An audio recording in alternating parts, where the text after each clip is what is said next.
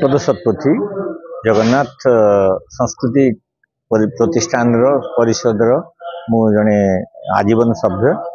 आमे प्रथमे गोपीनाथ महांती मोर बंधु एवं मोर अन्य केते बंधु मान को नहीं आमे ये संस्था परिषद का आरंभ करूँ।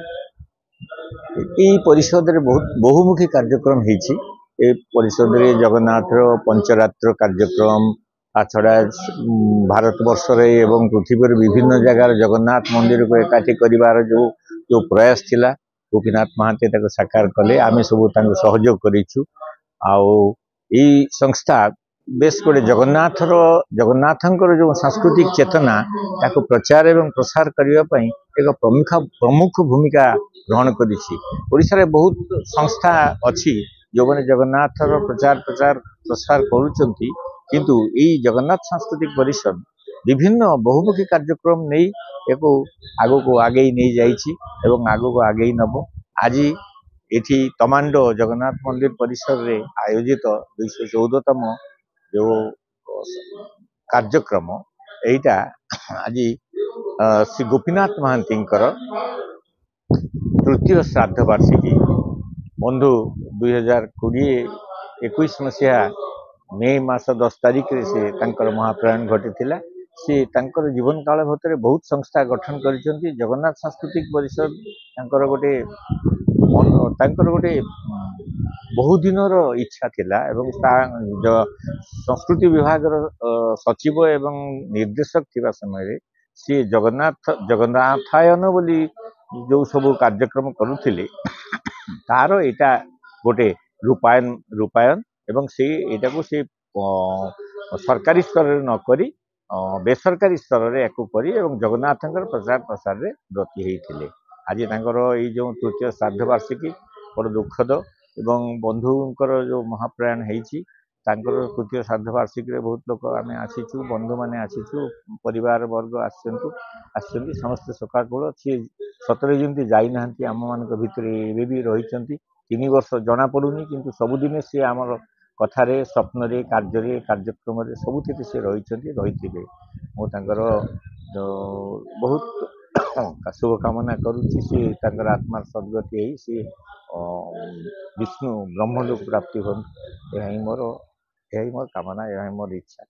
मो प्रथमे तृतीय श्राद्ध वार्षिक अवसर में दिवंगत गोपीनाथ महांती को प्रणाम जनाऊँगी।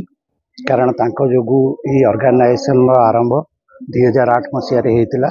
तार मुख्य उद्देश्य थिला जे ओडिशा तथा देश रे चारियोडे स्कंद पुराण प्रचार प्रसार पाई, जोटा कि आमे ताकू बजाय रखीचु आज जाके। आज 214तम स्कंद पुराण 214तम कथामृत और भजन कार्यक्रम ब्रह्मांड जगन्नाथ मंदिर रे करा जाउची।